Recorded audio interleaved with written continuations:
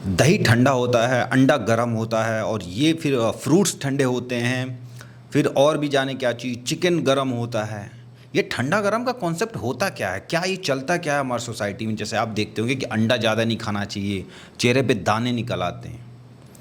अंडे का दाने से क्या लेना देना है? तो अंडा गर्म होता है, जब आप खाते हो अंडा तो वो गर्मी जो है चेहरे से बाहर निकलती है। इस तरह के मिथ्स हमारे जो है आसपास सोसाइटीज़ में घूम रहे होते हैं, हमारे घर परिवार में चल रहे होते हैं। मतलब अंडा गर्म होता है, उसका क्या मतलब क्या है? क्या आप अगर उसको किसी भीगे कपड़े पर रखेंगे तो कपड़ा सूखने लगेगा?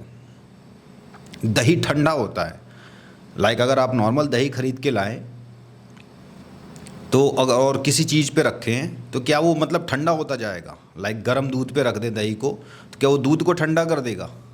या किसी भी गर्म ऑब्जेक्ट पे रख दें तो क्या वो उसको ठंडा करना शुरू कर देगा? यार कोई भी चीज़ होती है उसमें कार्बोहाइड्रेट, प्रोटीन और फैट्स के कंटेंट होते हैं, विटामिन्स वगैरह होते हैं। ये गर्म और ठंडे का क्या होता है कॉन्सेप्ट? लाइक टेम्परेचर उसका ज़्यादा होता है, कम होता क्या है मतलब इसका? तो ये सारे मिथ्स हैं कि ये चीज़ें गर्म होती है। लाइक अंडे को लेके बहुत बड़ा मिथ था कि ज़्यादा अंडा खाने से चेहरे पे दाने निकल लेते हैं, शरीर में से गर्मी फूटने लगती है, या XYZ जो है मिथ्स घूमते हैं। मैं आपको बता दूं कि साल भर हम लोग अंडे ही खाते हैं।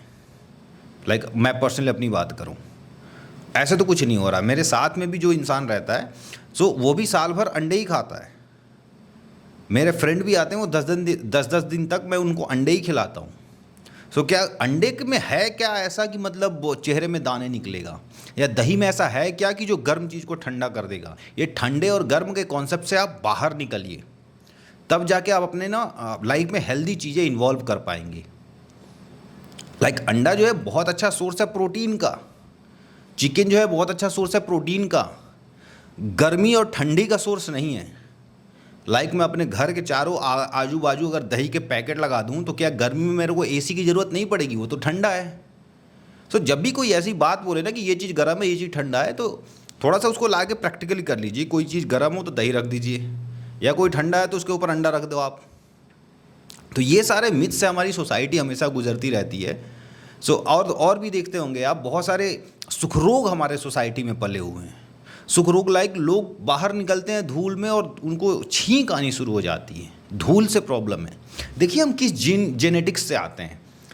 जो हमारी जेनेटिक्स है वो कच्चा मांस खाते थे, डाइजेस्ट होता था, जंगलों में रहते थे, गुफाओं में रहते थे, पत्थर पे सोते थे। सो हमने जो अपनी जो जो जेनेटिकली जितना हमारे अंदर स्ट्रेंथ था वो हमने सब डिस्ट्रॉय किया है अपने हाथों से।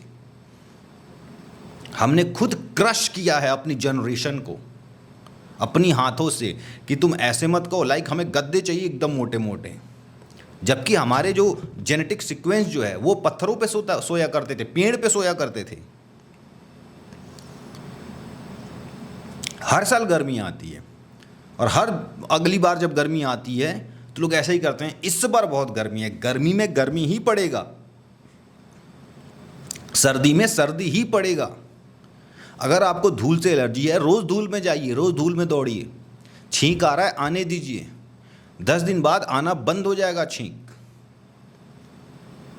हमने खुद को जो है फूल की कली बना लिया है, बच्चे को थोड़ा सा भी धूप ना लगे। हमने इतना ज़्यादा सन क्रीम यूज करने लगे हैं कि धूप में जाते ही हम बर्दाश्त ही नहीं कर पाते हैं धूप को। हम टैन हो जाएंगे। क्या हो गया टैन हो गए तो? That's your skin. धूप है, टैन होने दो, क्या फर्क पड़ता है? आप अपने बच्चों का, खुद का सबका जो स्ट्रेंथ था उसको अपने हाथों से आपने उसको गटर में डाल दिया। लोगों के पास ऐसी ऐसी बीमारी है, कार में बैठते हैं तो उल्टी होता है। बैठो कार में, 10 दिन बाद नहीं होगी उल्टी, नहीं करेंगे वोमिट। हम पहले धूप से बचते हैं, फिर सर्दी से बचते हैं। लाइक हम हर मौसम से बच रहे हैं। जाएंगे कहाँ आप, किस जगह?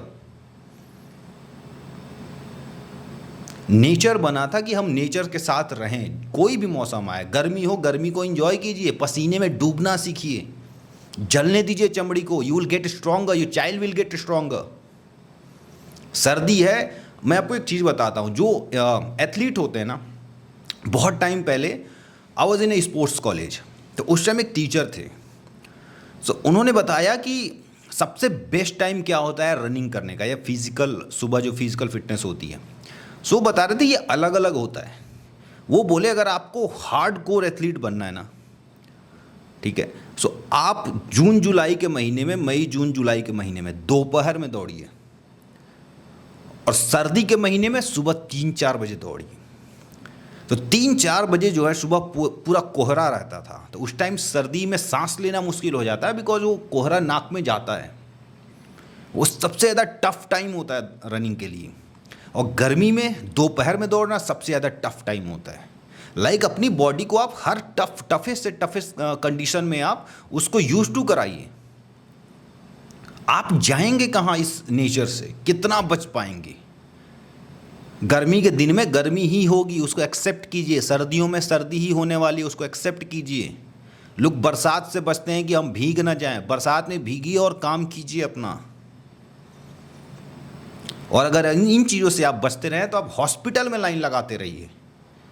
थोड़े से धूप में निकल गए तो आपको लू लग जाएगी, थोड़े से सर्दियों में घूम ले तो आपको ठंड लग जाएगी, फिर अब हॉस्पिटल में आप पैसे फूंकते रहिए।